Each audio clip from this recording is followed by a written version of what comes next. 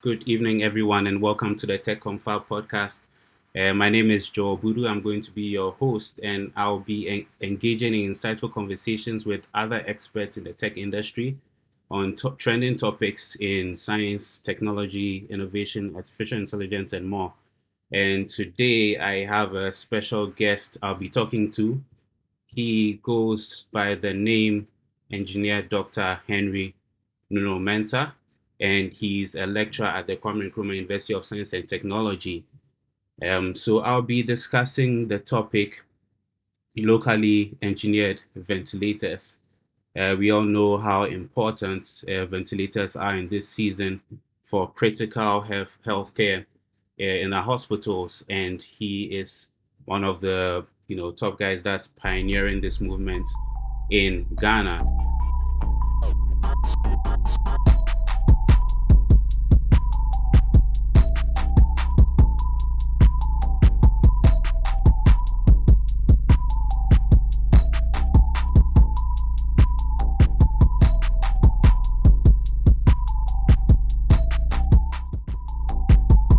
So Henry, can you just tell us a little bit about yourself? What have you been up to this, past years? A little bit about the research work you've been doing, what you've been studying, and what you've been teaching as well. Okay, so uh, once again, thanks for having me on your show, right?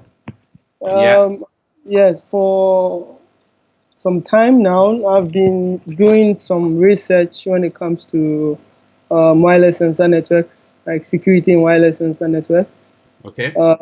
Yeah, and I also do stuff in intelligent agents. So currently, we are looking at AI for D and all that, right? So, and with the wireless sensor stuff, I'm doing more of privacy stuff, trust management, and all that. Okay. Internet, so you can relate that to Internet of Things too. So that's what I've been doing for some time.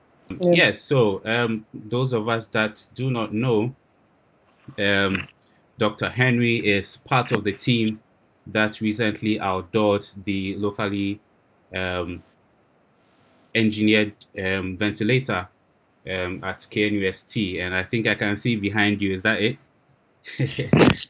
Oh yeah. That's it. Oh, that's nice. That's nice.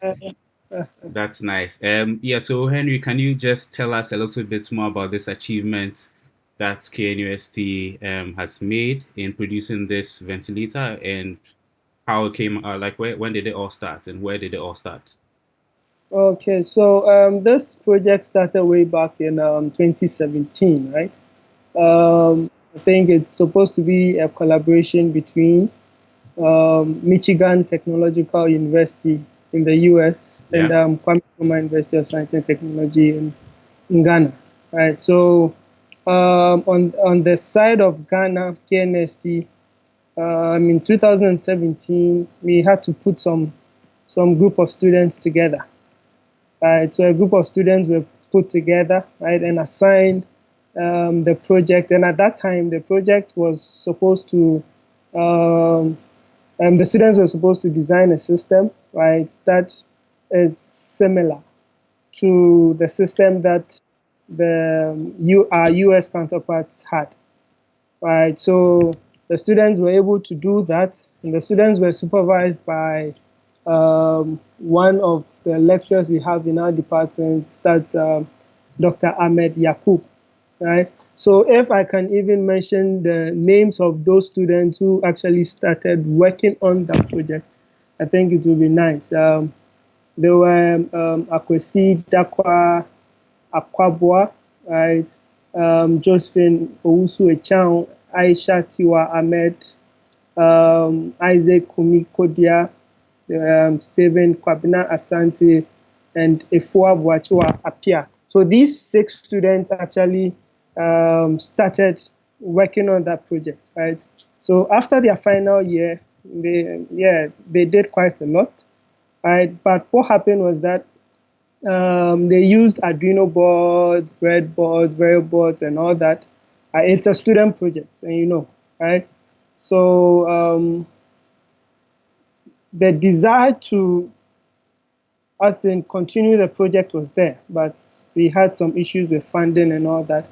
So recently, um, this COVID issue, right, came up, and we decided to take the issue up again, right, and look at the ventilator that was started by the student and see how we could put it together in a very good shape, right? So my boss, that's Professor Boateng, put together a team of lecturers to look at that, yes, and we re-looked at the circuitry, we redesigned it, and got a PCB to control the pneumatics, the mechanical aspects of that, right? So that's what led to what you're seeing behind me right now. So, It's very, very critical that we as Ghanaians or we as Africans are able to produce our own equipment to handle the situation, because the Europeans or the other countries, everybody is basically struggling for the same resource. And so once we come and join them, who's going to give you their ventilator? So I think it's very critical that countries like Ghana and other African countries are able to innovate and produce their own equipment. So I think it's a really, really big plus on our side. Yeah. So Henry, what's the way forward? When can we see some mass production? Like, what stage are we in the development process? oh, okay. So I think now we are partnering with I think the Ghana Health Service, right, and we are working with their engineering unit, the engineering department, right.